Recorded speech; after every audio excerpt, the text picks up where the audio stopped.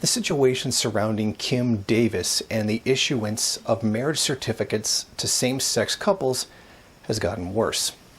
The group, the Oath Keepers, have decided to become involved, and that should the government decide to arrest her again for refusing to give those certificates or violating some other court order, they will be there to prevent the arrest from happening.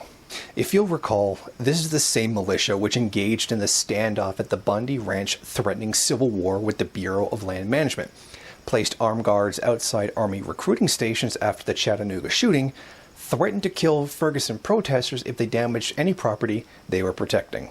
A judge has ordered her to stop giving out marriage certificates, and that if she does, or she violates any of the conditions of her release, marshals will be sent in to take her under arrest. This is what the Oath Keepers have vowed to use violence to prevent. Oath Keepers founder Stuart Rhodes has announced that they already have a presence in Rowan County, Kentucky. They claim this has nothing to do with the issue of same-sex marriage, but rather over what they claim was an illegal detainment by a federal judge who held her in contempt for violating multiple court orders.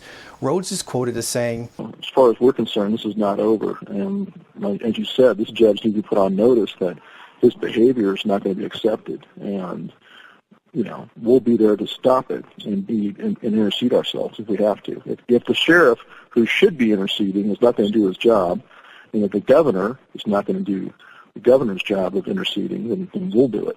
Isn't it rather ironic that an organization called Oath Keepers are continuing to defend a person who has violated her oath?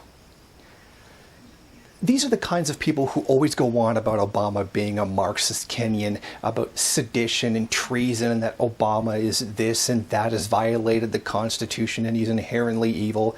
He's violated his oath of office.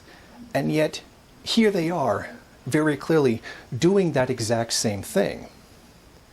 What's important to remember here is that despite all their reverence for the Founding Fathers, seeing them as outright holy men, those same Founding Fathers gave authority to the courts to make rulings on the Constitution. Now, this is one particular thing that the Oath Keepers and other such groups seem to forget.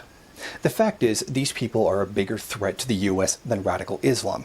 National Consortium for the Study of Terrorism and Response to Terrorism, performed by the University of Maryland at the behest of the Department of Homeland Security, determined that right-wing sovereign citizen militias were the biggest perceived threat to the country.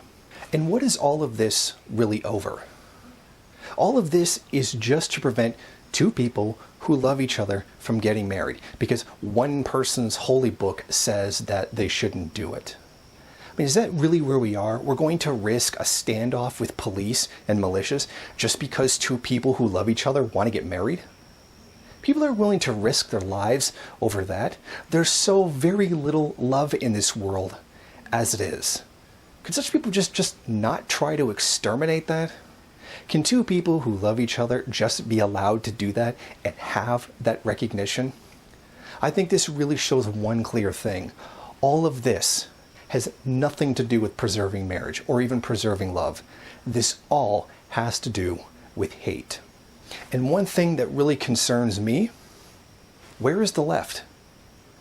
When something like this happens, the right can call up all these kinds of militias. And not just the Oath Keeper, but there's hundreds of them around the country. Where is the left with any kind of force like this to stand up to an injustice? Because as it stands, really only the right has that. They are the only ones who have the guns. They are the only ones who have the capacity to carry out an act of force, while leftists are just standing here getting angry, doing mild acts of protest. If the left is really supposed to be so radical and is supposed to be so challenging of the system, why don't we have squads of people, militias full of people with guns who will go out into the public and defend the rights of people in this situation? Where are the leftist militias to come in and say, these people have a right to get married and we will fight you on that? Because leftists aren't really willing to get hurt over it, yet rightists are willing to get hurt over the smallest, most insignificant things. This really does show a genuine de-radicalization of the left within the United States, because these organizations used to exist, but they don't exist anymore. If you like this video and you'd like to see more of them, then head over to my Patreon page and show your support. Or you can go to the MRN bookstore and check out some of the latest books available. Don't forget to rate, comment, subscribe, and share on various social media.